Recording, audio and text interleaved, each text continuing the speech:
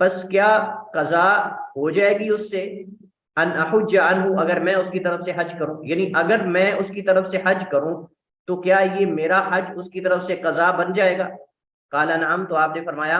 ہاں یہ اس کی طرف سے قضا بن جائے گا۔ اب یہاں عورت اپنے باپ کے بارے میں سوال کر رہی ہے، اس کا مطلب یہ ہے کہ جب عورت مرد کی طرف سے کر سکتی ہے تو مرد عورت کی طرف سے بھی کر سکتا ہے، اس میں کوئی حرج نہیں، اور دونوں طرح کے دلائل موجود ہیں۔ وجہ استدلال یہ ہے کہ رسول اللہ صلی اللہ علیہ وسلم کا قسمیہ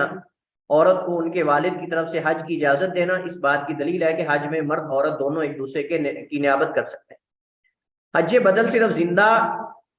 عاجز میت کی طرف سے ہوگا، زندہ غیر عاجز قادر کی طرف سے نہیں۔ یعنی انسان دو طرح کے ہیں زندہ، کچھ ایسے انسان ہیں جو عاجز ہیں، سواری پر بالکل سیدھا نہیں بیٹھ سکتے، سفر کی مشقتیں برداشت نہیں کر سکتے، ایسے عاجز کہ جو سواری پر مستقیم نہیں رہ سکتے، سفر کی مشقتیں برداشت نہیں کر سکتے، اور بیماری ایسی ہے کہ اس بیماری سے شفا نظر نہیں آ رہی، اس بیماری سے شفا نظر نہیں آ رہی، تو اس صورت کے اندر اس کی طرف سے بدل کیا جائے گا۔ لیکن اگر بیماری عارضی ہے اور بندہ جو ہے وہ سفر کی استطاعت بھی رکھتا ہے، سفر کر سکتا ہے، تو پھر اس کی طرف سے حج نہیں ہوگا زندہ کی طرف سے۔ زندہ کی طرف سے اس صورت میں حج ہوگا کہ وہ عاجز ہو، سواری پر بیٹھنے کے قابل نہ ہو، کیونکہ یہاں بڑھاپے کو پہنچ چکا ہے، اب دوبارہ اس کے جوان ہونے کے تو امکان ہے نہیں، اب دوبارہ اس کے جوان ہونے کے امکان تو ہے نہیں۔ ہمارے عصر حاضر میں جگہ جگہ حکیموں کی دکانوں پہ لکھا ہوتا ہے بوڑھے کو بھی کر دے جوان، لیکن ایسا ہوتا نہیں ہے۔ یہ ایک ایسی چیز ہے کہ جو دوبارہ لوٹ کر نہیں آتی۔ وہ کہتا ہے نا شاعر، لیت الشباب یعود، کاش کے جوانی لوٹ آئے، تو یہ واپس لوٹ کر نہیں آتی، اگرچہ انسان اپنے آپ کو جوان سمجھ رہا ہوتا ہے، لیکن یہ اس سے پوچھنا چاہیے جو بڑھاپے سے گزر رہا ہوتا ہے۔ بظاہر دوسروں کو دکھانے کے لیے یا اپنے آپ کو چھپانے کے لیے تو کہتا ہے میں بڑا ایکٹیو ہوں، میں بڑا کچھ ہوں، لیکن یقیناً بڑھاپا انسان کو کمزور کر دیتا ہے، اور بظاہر اگر اس کی جسامت مضبوط بھی نظر آئے پھر بھی بڑھاپا ہی ہے۔ عمر کے ساتھ ساتھ انسان کے اعضاء اور اس کے ساتھ ساتھ انسان کا حافظہ بھی کمزوری کی طرف جو ہے وہ منتقل ہوتا ہے۔ تو اب چونکہ بڑھاپے کو پہنچ چکا تھا تو اس کا دوبارہ جوان ہونا تو ممکن نہیں تھا۔ ہاں اگر کوئی ایسا مریض ہے جو ایسے مرض میں ہے کہ جس سے شفا ممکن ہے تو وہ انتظار کرے گا تاکہ صحت یاب ہو جائے اور وہ حج جو ہے وہ کر لے۔ ہاں اگر کوئی دائمی مرض میں مبتلا ہے، ایسا مرض کہ جس سے دوبارہ اٹھنا ممکن نہیں، مثلا کینسر کا مریض ہے اور چل نہیں سکتا، اور کینسر کے مریض بعد 10 سال تک جو ہے وہ بیڈ پر پڑے رہتے ہیں، 20 سال تک پڑے رہتے ہیں، اس کے بعد ان کی ڈیتھ ہو جاتی ہے۔ عموماً یہ ہوتا ہے کہ جو اتنا عرصہ بیڈ پہ پڑا رہے وہ بہت کم ان میں سے ہوتے ہیں جو بچتے ہیں۔ تو ایسا مرض اگر ہے تو اس کے اندر اس کی طرف سے حج بدل جو ہے وہ کیا جا سکتا ہے۔ بصورت دیگر کسی صحت مند انسان کی طرف سے، زندہ کی طرف سے حج بدل کرنا یہ جائز نہیں ہے۔ جس نے اپنا حج نہ کیا ہو وہ کسی دوسرے کی طرف سے اس وقت تک حج بدل نہیں کر سکتا جب تک اپنا حج نہ کرے، کیونکہ ہم حدیث پڑھیں گے کہ نبی کریم علیہ السلام نے ایک بندے کو دیکھا، وہ کہہ رہا تھا لبیک اللہم عن شبرما، کہ اللہ میں شبرما کی طرف سے حاضر ہوں۔ تو اللہ کے نبی من شبرما، شبرما کون ہے؟ انہوں نے کہا اللہ کے رسول میرا قریبی ہے۔ آپ نے فرمایا حل حججت عن نفسک، کیا آپ نے اپنا حج کیا ہے؟ اس نے کہا نہیں۔ فرمایا حج عن نفسک ثم حج عن شبرما، کہ پہلے اپنی طرف سے حج کرو پھر شبرما کی طرف سے حج کرنا۔ یہ حدیث اس بات کی شاہد اور دلیل ہے کہ جب تک انسان اپنا حج پہلے فریضہ ادا نہ کرے اس وقت تک کسی دوسرے کا وہ بدیل جو ہے یا اس کا متبادل یا اس کا نائب اس وقت تک نہیں بن سکتا۔ غیر بالغ بچہ اور غلام کسی کی نیابت نہیں کر سکتے، کیونکہ غیر بالغ بچہ اگر بلوغت سے پہلے حج کر لیتا ہے تو بلوغت کے بعد راجح قول کے مطابق اس پر حج لازم ہے۔ یہ بلوغت سے پہلے کا کیا ہوا حج اس کو کفایت نہیں کرے گا، یہ بلوغت سے پہلے کا کیا ہوا حج اس کو کفایت نہیں کرے گا، کیونکہ وہ ابھی مکلف ہی نہیں۔ یہ ایسا تو نہیں ہے کہ اگر ایک بچہ جو ہے بلوغت سے پہلے 10 سال نمازیں پڑھ لیتا ہے تو کہے کہ نہیں اب بلوغت کے بعد والے 10 سال مجھے نمازیں معاف ہیں چونکہ میں وہ 10 سال پہلے پڑھ چکا ہوں، تو اس طرح نہیں ہوگا، بلکہ بلوغت سے پہلے کیا گیا حج چونکہ اس نے غیر مکلف ہونے کی صورت میں کیا ہے تو اس وجہ سے اس صورت کے اندر وہ حج ہو تو جائے گا لیکن اس حج کو حج اسلام تصور نہیں کیا جائے گا۔ اسی طرح غلام اگر غلامی کی حالت میں حج کرتا ہے تو اس کو آزاد ہونے کے بعد دوبارہ پھر جو ہے وہ راجح قول کے مطابق حج کرنا ہوگا، کیونکہ یہ دونوں اپنے آپ سے فریضہ حج قبل از فرضیت ساقط نہیں کر سکتے، تو کسی دوسرے سے کیسے نیابت اس کی کر سکتے ہیں؟ اگر یہ خود غلامی میں بچہ اپنی جو ہے وہ بچپن میں اگر حج کرتا ہے تو یہ تو اپنا حج بھی ساقط نہیں کر سکتے، یعنی ان کو ان کا حج معاف نہیں. اگر بالغ ہو جائے گا بچہ یا آزاد ہو جائے گا غلام تو وہ حج کریں گے، تو کسی دوسرے کی نیابت یہ کیسے کر سکتے ہیں؟ حج بدل کرنے والا امانت دار ہو تاکہ مناسک حج امانت داری سے سر انجام دے. امانت دار شخص کو جو ہے وہ حج کے لیے اس کی ذمہ داری لگانی چاہیے. ایسا شخص نہ ہو کہ جو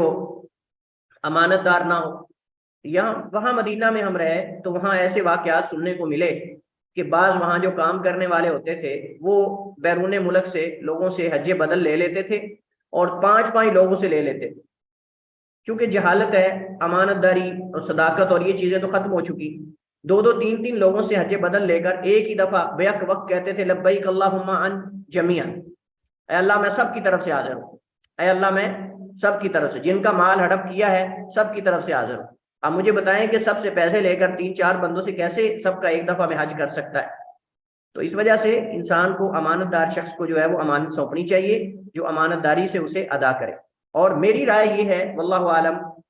میری رائے یہ ہے کہ اس کے لیے ان علماء کا انتخاب کرنا چاہیے جو علماء پہلے اپنے حج کر چکے ہوں، ان کو دوبارہ موقع دینا چاہیے. میرے خیال میں اس سے زیادہ امانت دار کوئی شخص آپ کا نہیں ہو سکتا جو آپ کے فریضے کو امانت کے ساتھ ادا کرے. کوئی جو ہے وہ ایسا شخص، کوئی ایسا عالم دیکھا جائے کہ جو اگرچہ پہلے حج کر چکا ہو لیکن وہ جو ہے وہ دوبارہ، یقیناً علماء وہاں استفادہ کرتے ہیں، علماء سے ملتے ہیں. اس کے بعد ہمارے پاس دوسرا مسئلہ ہے جو متفرق مسائل ہیں حج عمرے سے متعلق، عورت کے لیے محرم کے مسائل. سب سے پہلا مسئلہ ہمارے پاس یہ ہے کہ حج میں عورت کا محرم کون بن سکتا ہے؟ اس کا جواب یہ ہے کہ اس کا شوہر اور ہر وہ قریبی جس کے ساتھ کسی صورت میں بھی نکاح نہیں ہو سکتا، جیسا کہ باپ ہے، بیٹا ہے، بھائی ہے، بھتیجا ہے، بھانجا ہے، دادا ہے، چچا ہے، سسر ہے، شوہر کا بیٹا، داماد، سوتیلا باپ، یہ سارے جو ہیں وہ محرم بن سکتے ہیں عورت کے لیے جن سے شریعت نے نکاح حرام قرار دیا ہے. محرم رشتے کون سے ہیں اس کی تفصیل انشاءاللہ کتاب النکاح میں ہم پڑھیں گے کہ کون سے محرم رشتے ہیں. رضاعت سے جو محرم ہوتے ہیں، نسب سے جو رشتے محرم ہوتے ہیں، اور اس کے علاوہ جو سحر اور رشتے جو ہے وہ شادی اور زواج سے، نکاح سے جو رشتے حرام ہوتے ہیں،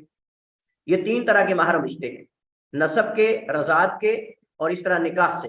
یہ تینوں رشتوں کی تفصیل انشاءاللہ کتاب النکاح میں ہمارے ساتھ آئے گی. انشاءاللہ ہم یہ تفصیل کے ساتھ یہ مسائل پڑھیں گے. مسئلہ نمبر 2 ہمارے پاس ہے محرم کی شروط کیا ہے. محرم کون ہونا چاہیے؟ بالغ ہونا چاہیے، یہ پہلی شرط ہے. غیر بالغ بچہ محرم نہیں بن سکتا، غیر بالغ بچہ محرم نہیں بن سکتا. راجح قول یہی ہے. عاقل ہونا چاہیے، سمجھدار ہونا چاہیے. بعض علماء کے ہاں مسلمان ہونا،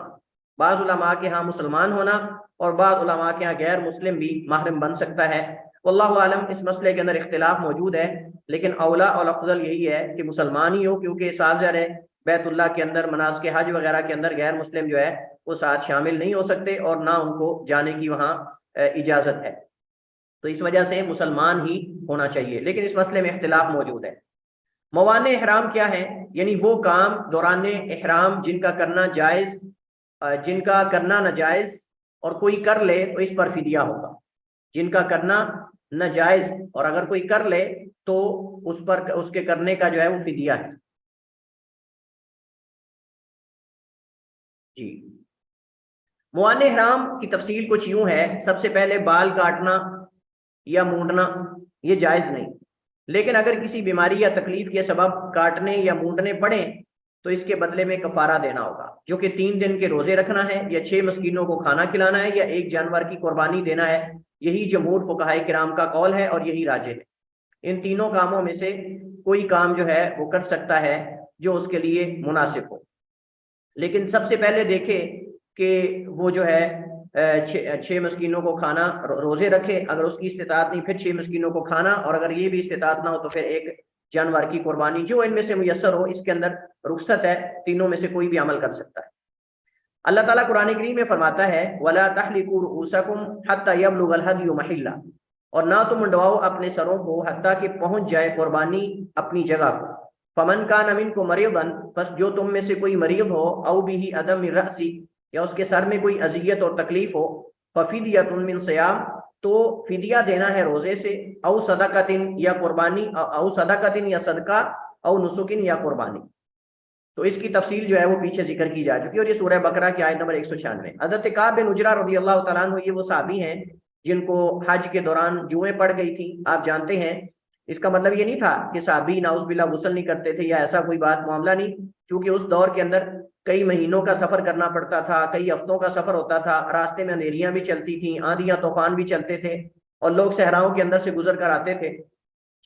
تو اتنے لمبے سفر میں جانوروں کے ساتھ سوتے تھے، اونٹوں وغیرہ پہ، سواریوں وغیرہ پہ آتے تھے۔ جانوروں کے اندر آپ جانتے ہیں جوئیں وغیرہ بھی ہوتے ہیں، اور دوسری بات یہ ہے کہ اتنا لمبا سفر ہو اور جو ہے وہ انسان کے بال جو ہے وہ بالکل اتنے لمبے سفر کے اندر خراب ہو جاتے ہیں، اس میں جوئیں پڑنے کا امکان ہوتا ہے۔ تو ان کے سر میں جوئیں پڑ گئی تھی اور ان کو کافی تکلیف دے رہی تھی،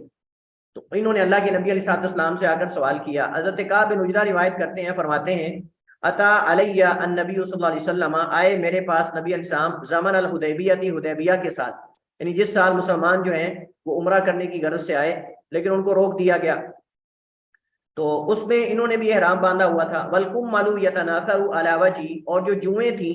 وہ ان کے چہرے پر، یتناثر کا معنی ہوتا ہے بکھر رہی، یتناثر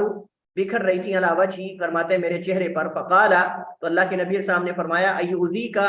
حوام رأسی کا، کیا آپ کے سر کے جو کیڑے ہیں مراد جوئیں وہ آپ کو تکلیف دے رہی ہیں؟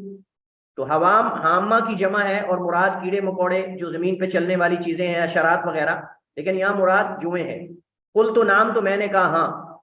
قال، تو آپ نے فرمایا فحلق وصوم ثلاثۃ ایام او اطعم ستۃ مساکین او انسک نسیکۃ، یہ دلیل ہے جو گزشتہ ہم نے کفارہ ذکر کیا ہے اس کی۔ آپ نے فرمایا کہ سر منڈوا لو، 3 دن کے روزے رکھ لو، یا 6 مسکینوں کو کھانا کھلا دو، اوین سک نسیکتن، یا پھر ایک قربانی دے دو، قربانی دینا۔ یہ دلیل ہے اس بات کی کہ اگر کوئی شخص موانع احرام میں سے کسی معنی کا ارتکاب کر لیتا ہے تو اس پر یہ کفارہ ہے۔ لیکن یہاں ایک بات وہ تنبیہ ہے، وہ یہ ہے کہ یہاں موانع احرام سے مراد وہ جماع نہیں ہے۔ اگر کوئی بیوی سے امستری کر لیتا ہے تو اس کا حج باطل ہو جائے گا، اور اس کو وہ حج مکمل کرنا پڑے گا، اور اس کی قضا بھی دینی پڑے گی، جیسے کہ اس کی تفصیل ہم نے پڑھی۔ تو یہ عام اگر کوئی ناخن کاٹ لیتا ہے، بال مونڈ لیتا ہے، یا خوشبو لگا لیتا ہے، یا اس طرح کا کوئی کام کر لیتا ہے جو موانع احرام ہے، جس کی تفصیلات آگے آ رہی ہیں، تو یہ مراد ہے۔ تنبیہات میں سب سے پہلی چیز یہ ہے کہ جس نے بغیر کسی عذر کے بال کٹوائے یا منڈوائے تو وہ گناہ گار ہوگا، اور اس پر فدیہ بھی ہوگا، لیکن اس کا حج ٹھیک ہو جائے گا۔ یہی قول امام مالک اور شافعی سے۔ سر میں خارش کرنے، سونے یا وضو کرنے سے گرنے والے بالوں کا کوئی کفارہ یا فدیہ نہیں ہے، جیسے بعض ہمارے حنفی بھائی جو ہیں اس مسئلے میں تشدد کرتے ہیں۔ وہ کہتے ہیں جی سر میں کھجلی ہو تو جو ہے وہ کھجلی نہیں کرنی چاہیے، خارش نہیں کرنی چاہیے، اسی طرح وضو کے اندر زیادہ زور سے مسح نہیں کرنا چاہیے تاکہ بال نہ گریں،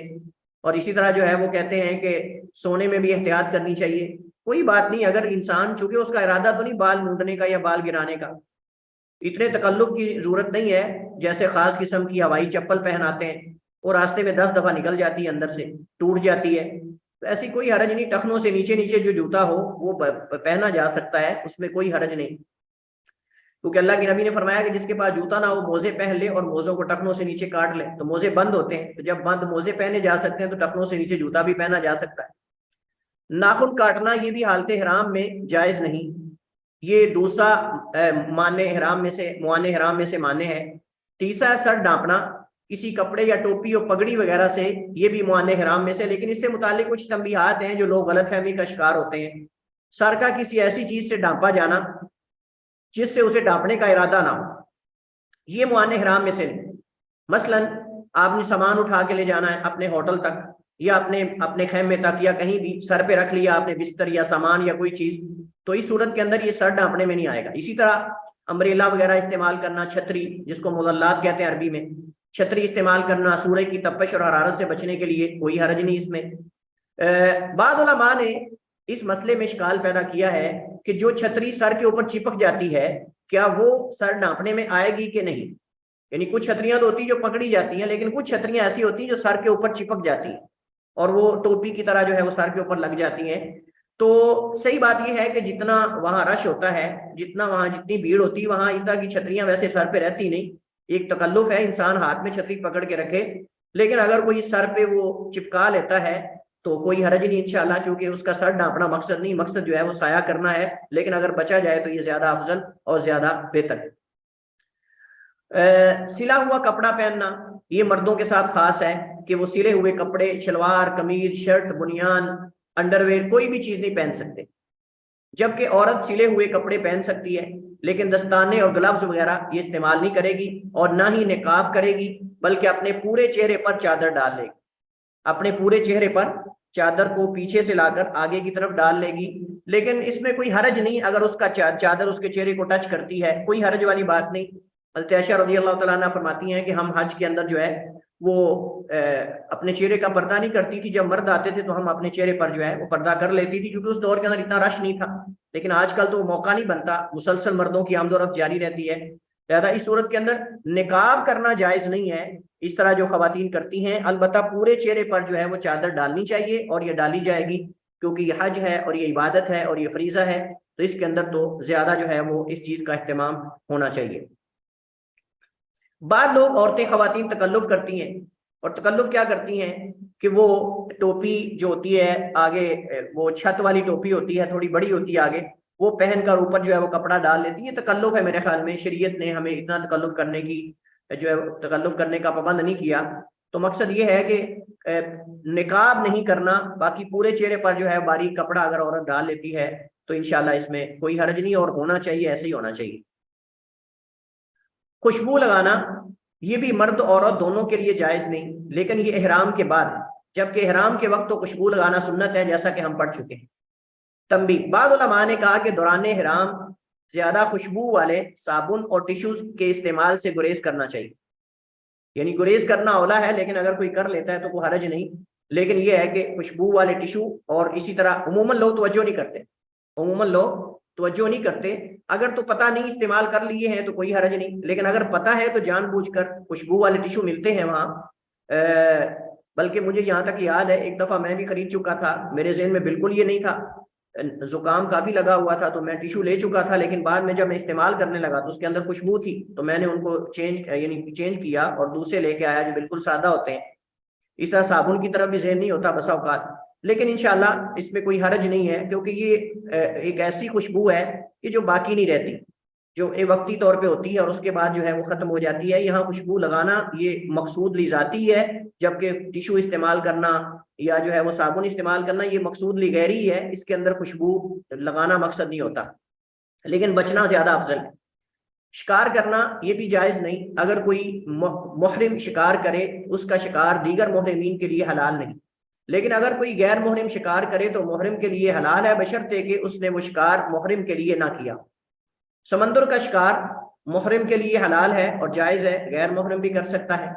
کچھ تنبیہات اس حوالے سے ہیں۔ حالت احرام میں شکار کرنے کے فدیے کے بارے میں آپ فقہ الحدیث کتاب کی طرف رجوع کریں، جو آپ کو میں نے پہلے بتائی ہے، اس میں اس کے دلائل اور تفصیلات موجود ہیں، انشاءاللہ مزید آپ وہاں سے دیکھ سکتے ہیں۔ حالت احرام میں موذی جانور، سانپ، بچھو، بولا، کتا وغیرہ مارنے میں کوئی حرج نہیں، ویسے تو حدود حرم کے اندر اور حالت احرام میں شکار جائز نہیں ہے، لیکن ان چیزوں میں سے اگر کچھ چیز نظر آ جاتی ہے تو ان کو مارنا یہ جو ہے وہ حکم ہے مارنے کا، اور مارنا چاہیے حل و حرم کے اندر، جیسے کہ حدیث بارے میں موجود ہے۔ نکاح کرنا، حالت احرام میں نکاح کرنا یا کروانا دونوں ہی ناجائز ہیں اور جائز نہیں ہے۔ کوئی کرے گا تو منعقد نہیں ہوگا، کوئی کرے گا تو وہ نکاح منعقد نہیں ہوگا بلکہ باطل ہوگا۔ باقی جو حضرت میمونہ رضی اللہ تعالی عنہا کے حوالے سے ذکر کیا جاتا ہے کہ اللہ کے نبی علیہ السلام نے جو ہے وہ ان سے حالت احرام میں نکاح کیا تھا۔ دیکھیے حضرت عبداللہ بن عباس وہ روایت نقل کرتے ہیں، لیکن حضرت میمونہ رضی اللہ تعالیٰ عنہ جو کہ حضرت عبداللہ بن عباس کی خالہ ہیں، میمونہ بنت الحارث الہلالیہ، ام الفضل بنت الحارث الہلالیہ کی بہن ہے۔ میں حضرت عبداللہ بن عباس کی والدہ کا نام ہے ام الفضل، تو یہ ان کی بہن ہے میمونہ بنت الحارث الہلالیہ ام المومنین رضی اللہ تعالیٰ عنہ۔ تو ان سے صاحب قصہ سے منقول ہے کہ وہ کہتی ہیں کہ اللہ کے نبی نے حالت حلال میں یعنی احرام کھولنے کے بعد مجھ سے نکاح کیا، جبکہ عبداللہ بن عباس نقل کرتے ہیں کہ حالت احرام میں نکاح کیا ہے۔ تو ہم صاحب قصہ کی بات کو مقدم کریں گے، اور وہ حضرت میمونہ ہے، وہ بیان کرتی کہ اللہ کے نبی علیہ السلام نے حلال ہونے کے بعد میرے ساتھ نکاح کیا ہے۔ باقی عبداللہ بن عباس کی روایت جو ہے وہ ان کی ہم کہیں گے جو ان کو علم تھا انہوں نے ذکر کر دیا، لیکن صاحب قصہ نے اس کی نفی کی ہے کہ اللہ کے نبی علیہ السلام نے حضرت میمونہ فرماتی ہے کہ میرے ساتھ نکاح حالت حلال میں کیا ہے، نہ کہ حالت احرام میں۔ جماع یا ہم بستری کرنا یہ بھی موانع حرام میں سے ہے، اور یہ موانع حرام میں سے ایک ایسا مانع ہے کہ جس کا ارتکاب کرنے سے حج فاسد اور باطل ہو جاتا ہے۔ اس صورت میں اس پر 3 کام واجب ہیں۔ ایک حالیہ حج کو مکمل کرنا جس میں وہ اس نے کام کیا ہے، آئندہ سال اس کی قضا بھی دے گا اور ہدی قربانی بھی دے گا۔ لیکن اگر اس نے تحلل اصغر کے بعد، تحلل اصغر یعنی 10 کو کینکریاں مارنے کے بعد اور طواف افاضہ سے قبل ہم بستری کی تو اس کا حج تو بالاتفاق صحیح ہوگا، لیکن اس پر کفارہ ہوگا یا نہیں اس میں اختلاف ہو۔ اس میں اختلاف ہے، بعض علماء کہتے ہیں ہوگا، بعض علماء کہتے ہیں نہیں ہوگا، راجح بات یہ ہے کہ ہوگا۔ جماع یا ہم بستری جو ہے وہ قبل والیاذ باللہ یا دبر دونوں میں دخول کرنے سے ہوگی، یعنی کسی جگہ بھی اگر کوئی انسان بیوی سے غلط کرتا ہے یا صحیح کرتا ہے جیسے بھی ہے، لیکن حج کے اندر یہ جائز نہیں ہے۔ اس کے علاوہ 2 حالتیں ہیں۔ پہلی حالت یہ ہے کہ اگر کسی نے شرمگاہ کے علاوہ مباشرت کی اور انزال ہو گیا تو اس صورت میں جمہور اہل علم کے ہاں اس کا حج فاسد نہیں ہوگا، لیکن اس پر کفارہ ہوگا، لیکن امام مالک رحمہ اللہ تعالیٰ کے ہاں اس سے حج فاسد ہو جائے گا۔ دوسری حالت یہ ہے کہ شرمگاہ کے علاوہ مباشرت کی لیکن انزال نہیں ہوا تو اس صورت میں بالاتفاق حج فاسد نہیں ہوگا، لیکن کفارہ واجب ہوگا۔ تنبیہ،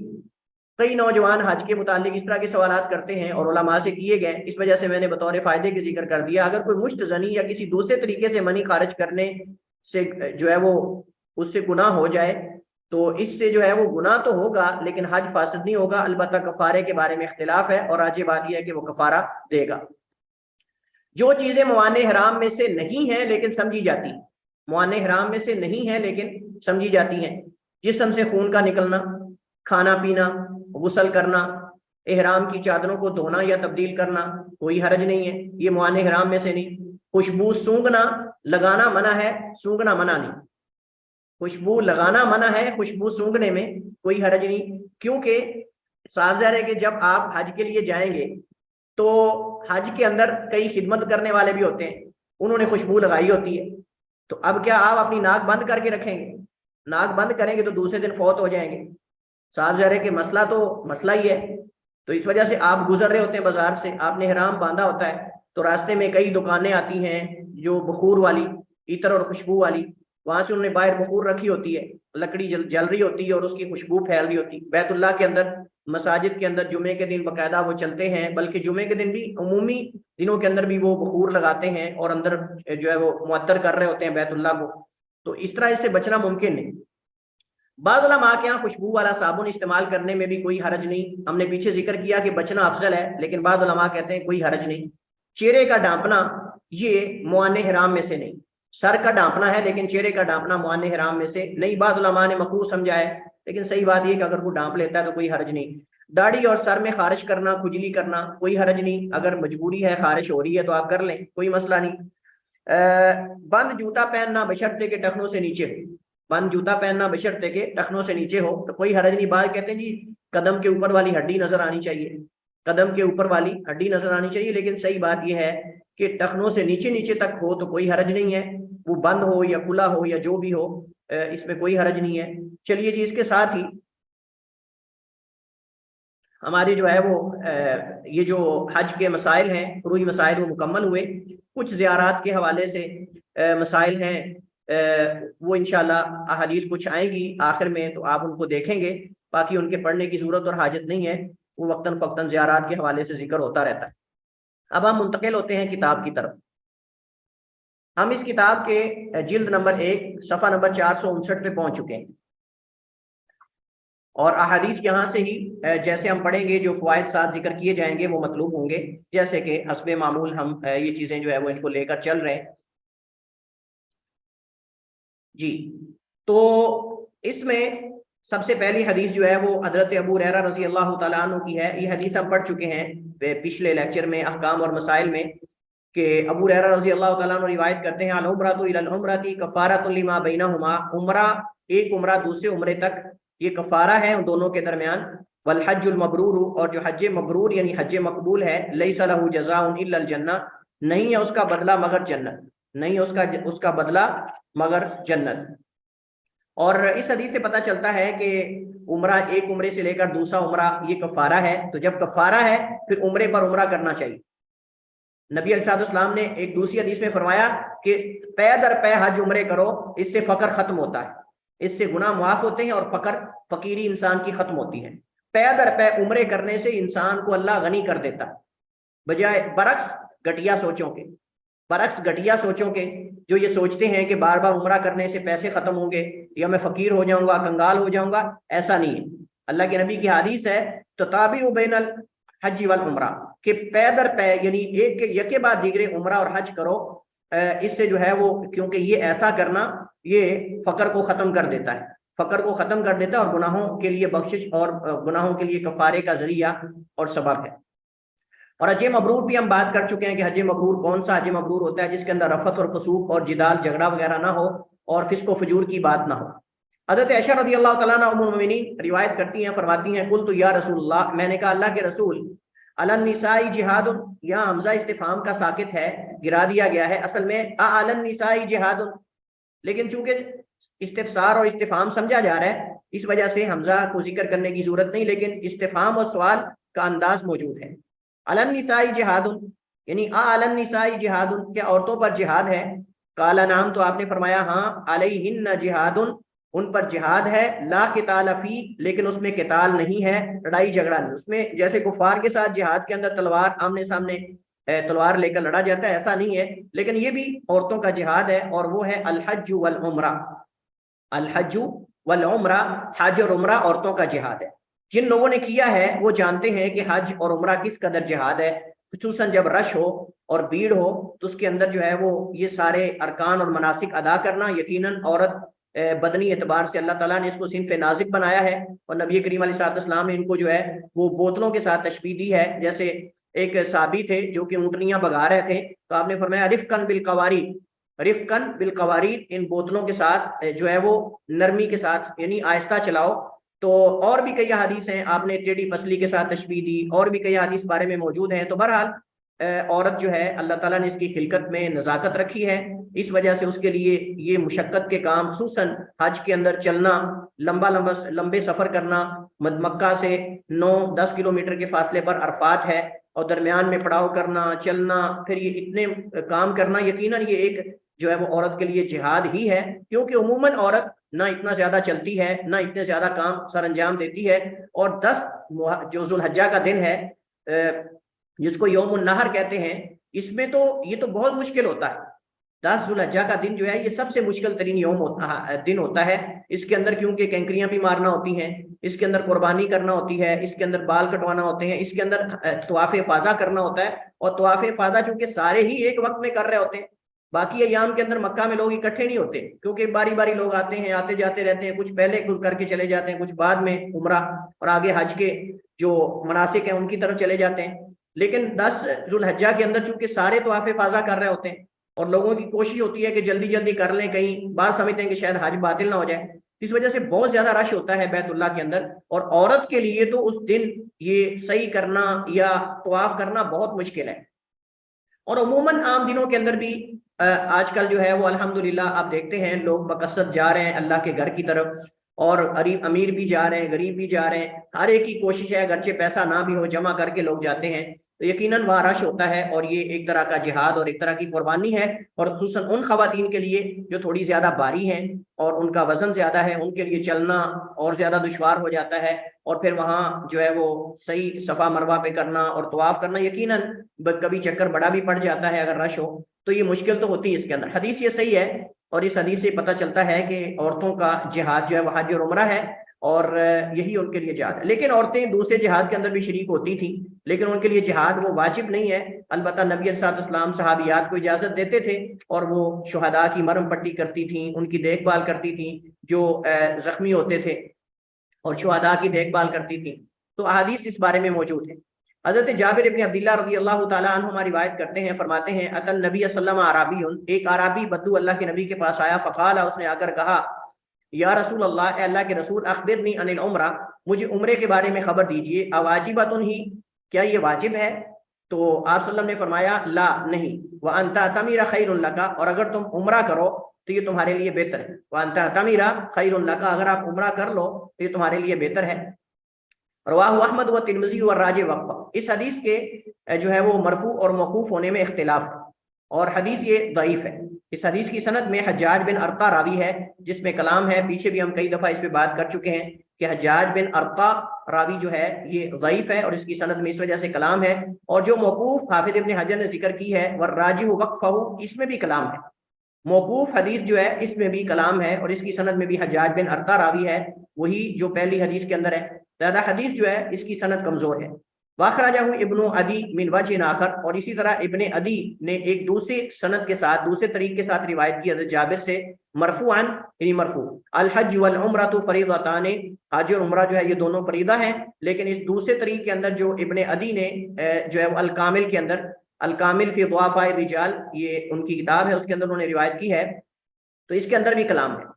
اور اس حدیث کی سند میں جس کو ابن عدی نے روایت کیا ہے، اس حدیث کی سند میں عبداللہ ابن لہیہ راوی ہے، عبداللہ ابن لہیہ، لام ہا یا عین گولتا، عبداللہ ابن لہیہ راوی یہ مدلس ہے، اور اس میں کلام ہے، ضعیف راوی ہے، لہذا اس وجہ سے یہ حدیث بھی ضعیف اور کمزور ہے۔ تو جب کوئی بھی صحیح حدیث جو ہے وہ ایسی ہمارے پاس نہیں ہے کہ جس کے اندر عمرے کے وجوب کا اس بات ہو، یا اس کے جو ہے وہ ہم کہیں کہ عدم وجوب کا ہو، تو راجع اس میں یہی ہے کہ عمرہ جو ہے مستحب ہے اور واجب نہیں، اگرچہ اس میں علماء کا اختلاف موجود ہے، لیکن صحیح بات یہ ہے کہ یہ حدیث الحج والعمرۃ فریضتان والی ضعیف ہے، ثابت نہیں ہے، اور پیچھے والی حدیث بھی ضعیف ہے، لہذا راجع یہ کہ عمرہ جو ہے وہ مستحب ہے۔ اور اگر کوئی کہے یہ تو حدیث ضعیف ہے تو مستحب کیسے ہو گیا، پچھلی حدیث جو ہم نے پڑھی ہے کہ حج اور عمرے سے لے کر دوسرے عمرے تک کے درمیان یہ کفارہ بن جاتا ہے، تو وہ حدیث اور کئی احادیث بارے میں موجود ہے کہ عمرہ کرنا یہ مستحب عمل ہے لیکن واجب نہیں ہے، اور اس حدیث سے بھی پتہ چل رہا ہے کہ واجب نہیں، کیونکہ اللہ کے نبی صلی اللہ علیہ وسلم نے فرمایا العمرۃ الی العمرۃ کفارۃ لما بینہما، تو ایک عمرے سے دوسرے عمرے تک یہ کفارہ ہے۔ اس کا مطلب یہ کہ یہ مستحب ہے، آپ ترغیب دلا رہے ہیں، اور جس کام میں ترغیب دلائی گئی ہو، حکم نہ دیا گیا ہو، وہ یہ مستحب ہوتا ہے نہ کہ واجب ہوتا ہے۔ حضرت انس بن مالک رضی اللہ تعالیٰ عنہ سے روایت ہے، وہ فرماتے ہیں قیل یا رسول اللہ، کہا گیا اللہ کے رسول مس سبیل، سبیل سے کیا مراد ہے؟ من استطاع الیہ سبیلا، قرآن کریم میں ہے نا وللہ علی الناس حج البیت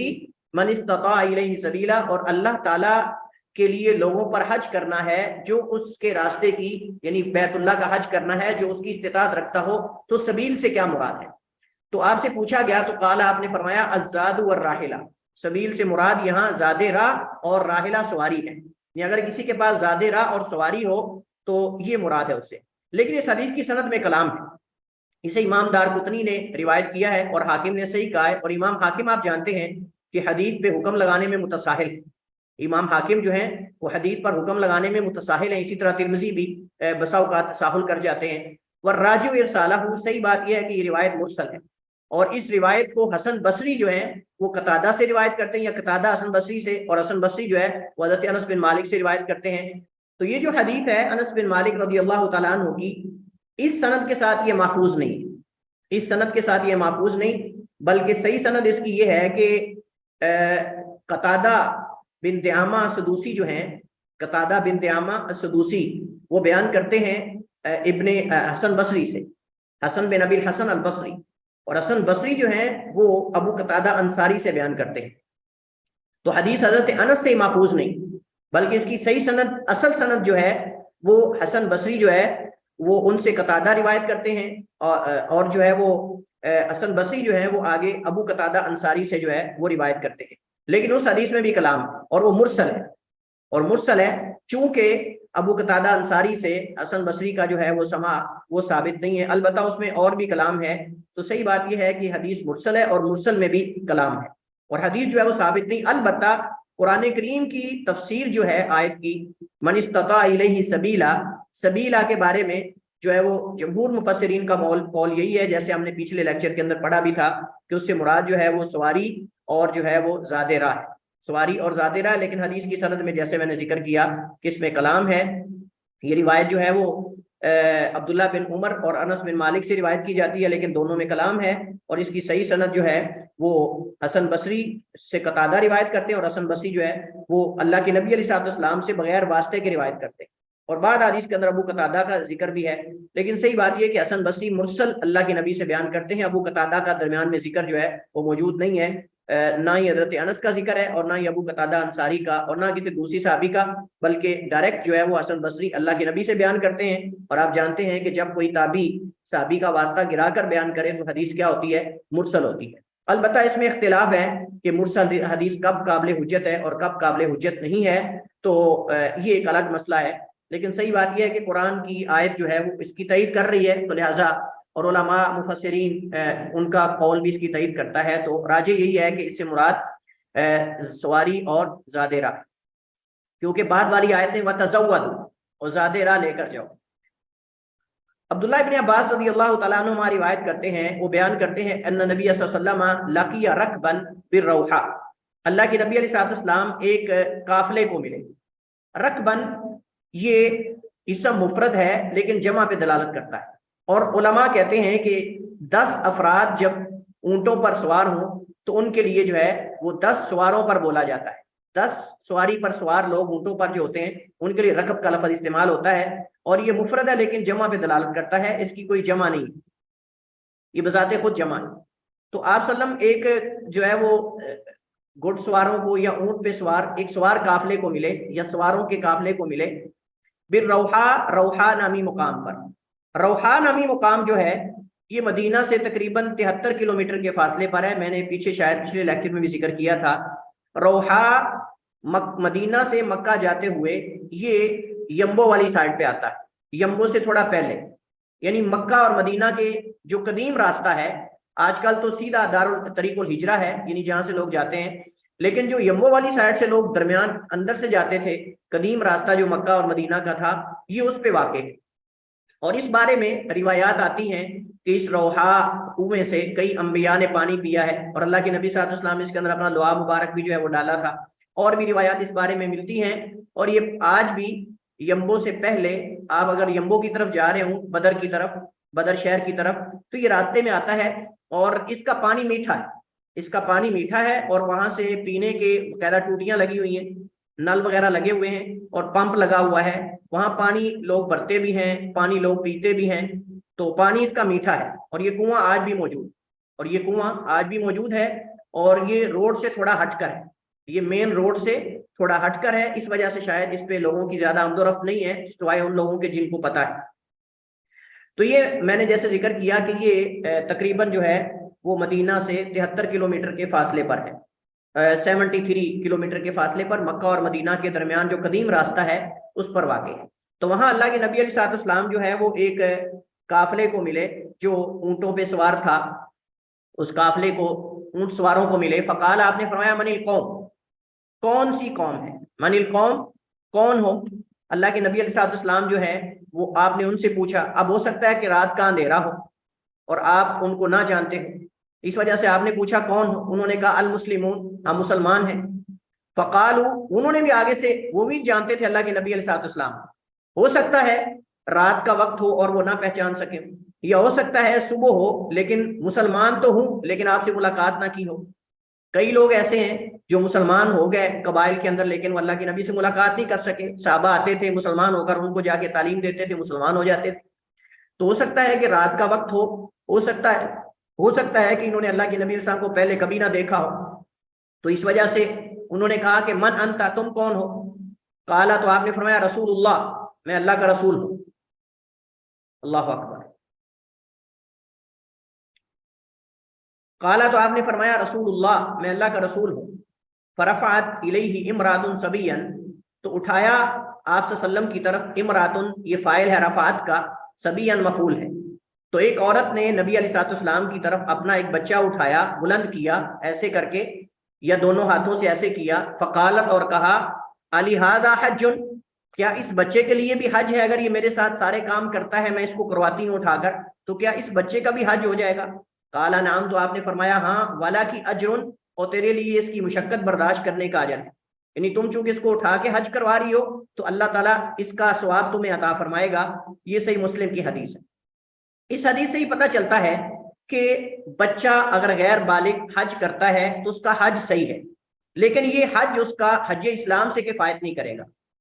یہ حج اس کا حج اسلام سے کفایت نہیں کرے گا۔ البتہ یہ ہے کہ یہ اس کے لیے ایک نفل ہے، اور یہ اس کے والدین اور جو مربی ہیں، تربیت کرنے والے جو اس کو ساتھ کروا رہے ہیں، یہ اس کے لیے جو ہے وہ فائدہ۔ اسی طرح بعض علماء نے اس حدیث سے استدلال کیا ہے کہ وہ جو ریڑیاں لے کر وہاں حج کرواتے ہیں، اجرت لے کر وہ ویل چیئر وغیرہ پر حج کرواتے ہیں، تو سائیکلز وغیرہ یا مختلف چیزیں استعمال کرتے ہیں وہاں، ان کے لیے بھی اجر ہے، ان کے لیے بھی اجر ہے، اگرچہ وہ اجرت لے رہے ہوتے ہیں لیکن ان کے لیے اجر ہے اگر ساتھ وہ ثواب کی امید رکھ لیں۔ تو بعض ہوتے ہیں صرف چکر پورے کرنے کے چکروں میں ہوتے ہیں، اس وجہ سے جن لوگوں بیچاروں کو پتہ نہیں ہوتا وہ بسا اوقات ڈنڈی مار جاتے ہیں، وہ دعا جلدی نہیں کرنے یعنی زیادہ دعا نہیں کرنے دیتے، صحیح مطلب کہ بہت جلدی جلدی کرتے ہیں۔ تو اگر تو نیت خالص نیت کے ساتھ، کچھ ایسے بھی ہیں جو خالص نیت کے ساتھ سب کچھ بتاتے ہیں، اب یہاں یہ کرو، اب وہاں یہ کرو، اب یہ کرو، تو انشاءاللہ ان کے لیے اجر ہے، اگرچہ وہ اجرت اپنی لے رہے ہیں لیکن ان کے لیے اجر ہے، اللہ کی رحمت بڑی وسیع ہے۔ اس حدیث سے ایک اور بڑا اہم مسئلہ ثابت ہوتا ہے، اور وہ یہ ہے کہ عورت اپنے کسی غیر محرم سے شرعی مسئلہ پوچھ سکتی ہے، عورت کسی غیر محرم مرد سے، عالم سے شرعی مسئلہ پوچھ سکتی ہے، اس میں کوئی حرج نہیں۔ اللہ کے نبی علیہ الصلوۃ والسلام جو ہے وہ آپ سے عورتیں آتی تھی، مسائل پوچھتی تھی، صحابہ کرام سے آ کر مسئلے عورتیں پوچھتی تھی۔ حضرت ابوبکر صدیق کے پاس ایک میت فوت ہونے والے کی دادی آئی، اس نے آ کر کہا کہ میرے پوتے کی وراثت میں میرا کیا حصہ ہے۔ حضرت عائشہ کے پاس صحابہ کرام تابعین جا کر سوالات کرتے تھے، پردے کے اندر ان سے پوچھتے تھے، کوئی حرج نہیں جب شرعی پردہ ہو اور شرعی حدود ہوں اور جو ہے وہ صرف ضرورت کے مطابق شرعی مسئلہ پوچھنا مقصود ہو تو اس میں کوئی حرج نہیں ہے، جیسا کہ اس حدیث کے اندر یہ مسئلہ جو ہے وہ علماء نے اس سے فائدہ یہ ذکر کیا ہے۔ حضرت عبداللہ بن عباس روایت کرتے ہیں، بیان کرتے ہیں، کان الفضل، یہ حدیث جو ہے وہ عبداللہ بن عباس سے ہے، یہ ان کے بھائی فضل بن عباس کا واقعہ ہے۔ حضرت فضل بن عباس رضی اللہ تعالیٰ عنہ بڑے خوبصورت تھے۔ حضرت فضل بن عباس حضرت عبداللہ بن عباس کے بھائی ہیں، عبداللہ بن عباس کے بھائی ہیں، اور یہ بڑے ہیں حضرت عبداللہ بن عباس سے، اور ان کے نام پر حضرت عباس کی کنیت تھی ابو الفضل، اور ان کی والدہ کی کنیت تھی ام الفضل، ابھی میں ان کا ذکر کر رہا تھا، ام الفضل۔ حضرت فضل جو ہے وہ بڑے خوبصورت تھے، تو ایک عورت آئی اللہ کے نبی صلی اللہ علیہ وسلم سے، خصم قبیلے کی، آپ سے مسئلہ پوچھنے کے لیے، تو ان کی خوبصورتی کی وجہ سے وہ ساتھ سوال کر رہی تھی، ساتھ حضرت فضل کی طرف دیکھ رہی تھی، اور حضرت فضل جو ہیں وہ ان کی طرف دیکھ رہے تھے، لیکن مقصد ان کا غلط کسی کا بھی نہیں تھا، بس ایسے ہی جیسے سامنے کو عورت کھڑی ہو سکتا ہے وہ سوال سننے کی غرض سے دیکھ رہے ہوں، اور وہ عورت کا بھی کوئی غلط ارادہ نہیں تھا، بس یہ ہے کہ چونکہ وہ خوبصورت تھے تو بسا اوقات انسان کو چیز دیکھ کر خوبصورت جو ہے وہ نہ چاہتے ہوئے بھی نظر پڑ جاتی ہے۔ تو اللہ کے نبی علیہ الصلوۃ والسلام، یا یہ بھی ہو سکتا ہے کہ اس وقت دونوں کو اس مسئلے کا علم نہ ہو، دونوں ایک دوسرے کی طرف دیکھ رہے ہوں، اللہ کے نبی السلام جو ہے وہ حضرت فضل کا چہرہ موڑ دیتے تھے کہ ادھر نہیں ادھر، آپ ان کا چہرہ بدل دیتے، وہ پھر جب ادھر آتی تھی یعنی دوسری طرف سے آتی تو آپ پھر یعنی حضرت فضل کا چہرہ بدل دیتے تھے، دوسری طرف رخ کر دیتے تھے۔ اب اس حدیث کو بعض لوگوں نے جو شہوت یعنی جو خواہش پرست ہیں انہوں نے اس کو اس لیے استعمال کیا ہے کہ وہ عورت پردے میں نہیں تھی، اس وجہ سے حضرت فضل ان کو دیکھ رہے تھے۔ میں کہتا ہوں یہ اس کے برعکس ہے، اگر عورت پردے میں نہ ہوتی تو حضرت فضل کبھی نہ دیکھتے۔ حضرت فضل، بعض علماء نے یہاں تک ذکر کیا ہے کہ ہو سکتا ہے حضرت فضل جو ہے وہ اس عورت کی آواز سے پہچان گئے ہوں کہ شاید میں نے کہیں عورت دیکھی ہے، تو اس وجہ سے وہ جاننا چاہ رہے ہوں کہ یہ عورت خاتون شاید میں نے کہیں دیکھی ہے یا اس سے کبھی ملاقات ہوئی ہو، تو یہ کون ہے، شاید وہی نہ ہو۔ بہرحال اس میں کئی ایک احتمالات موجود ہیں، لیکن اللہ کے نبی علیہ الصلوۃ والسلام کا حضرت فضل کو ان کے چہرے کو دوسری طرف کر دینا اس بات کی دلیل ہے کہ امر بالمعروف نہی عن المنکر، اگر کوئی برائی دیکھے تو اس کو بدلنا چاہیے، سب سے پہلے ہاتھ سے اس کو روکنا چاہیے، اگر ہاتھ سے روکنا ممکن نہ ہو تو پھر کم از کم اس کو زبان سے روکیں، اگر زبان سے نہیں تو پھر دل کے اندر کم از کم برا جائے۔ تو اللہ کے نبی صلی اللہ علیہ وسلم ہاتھ سے روک سکتے تھے چونکہ آپ قوم کے بڑے تھے، آپ لوگوں میں بڑے تھے، تو آپ نے حضرت فضل کا چہرہ موڑ دیا، لیکن آپ نے عورت کو جو ہے وہ کچھ نہیں کہا کیونکہ عورت تو سوال کر رہی تھی، اس کا مقصد تو سوال کرنا ہی تھا، البتہ یہ کہ حضرت فضل ان کی طرف ان کی نظر پڑ گئی۔ تو اس سے بعد وہ کہتے ہیں جی عورت جو ہے وہ چہرے کا پردہ نہیں کرے گی کیونکہ اس عورت نے پردہ نہیں کیا ہوا تھا۔ میں کہتا ہوں کہ ہو سکتا ہی نہیں کہ عورت نے چہرے کا پردہ نہ کیا ہو، حضرت فضل کی طرف بار بار دیکھ رہے ہوں، پردے کے اندر بھی تو ہو سکتا ہے کہ وہ عورت کی آواز سے اس کو پہچان گئے ہوں یا جانتے ہوں یا کچھ بھی ہو سکتا ہے، کوئی احتمال، جبکہ پردے کے بارے میں حدیث محکم ہے، واضح. یہ حدیث تو اس کے اندر اشکال ہے، اس وجہ سے اشکال ہے کہ اس نے پردہ کیا ہوا تھا، نہیں کیا ہوا تھا، کیوں دیکھ رہے تھے، وجہ اس کی کیا تھی. اللہ کے نبی صلی اللہ علیہ وسلم کا موڑنا اس بات کی دلیل ہے کہ غیر محرم عورت کو نہیں دیکھ سکتے، یہی اس بات کی دلیل ہے. اور دوسری یہ کہ دیگر احادیث بھی اس بارے میں موجود ہیں. لہذا یہ سمجھ نہیں آتی کہ یہاں سے کیسے نکال لیا گیا کہ عورت پردہ نہیں کرے گی چہرے کا. تو فرماتے ہیں کہ کان الفضل، فضل ابن عباس تھے، ردیفہ، یہ کانا کی خبر ہے، یہ کانا کی خبر ہے. ردیفہ رسول اللہ کے نبی علیہ الصلوۃ والسلام کے سوار، یعنی پیچھے اللہ کے نبی صلی اللہ علیہ وسلم کے پیچھے. ردیف کہتے ہیں جو آگے والے جو سواری کو چلانے والا ہوتا ہے اس کے پیچھے بیٹھنے والے کو ردیف کہتے ہیں. فجاءت امراتن، ایک عورت آئی، من خثم، خثم قبیلے سے. اور یہ جو خثم قبیلہ ہے، یہ جیسے میں نے ذکر کیا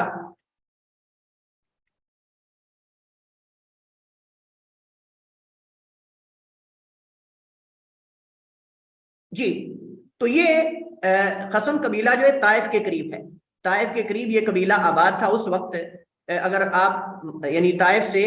ابہا کی طرف جائیں تو اس طرف یہ قبیلہ آتا ہے خثم.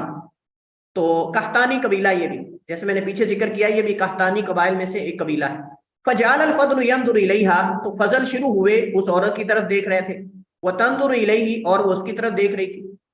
تو وجعل النبی صلی اللہ علیہ وسلم، اور نبی علیہ السلام شروع ہوئے. جعل کا معنی خلا کا بھی ہوتا ہے، جعل کا معنی شرع بھی ہوتا ہے، جعل کا معنی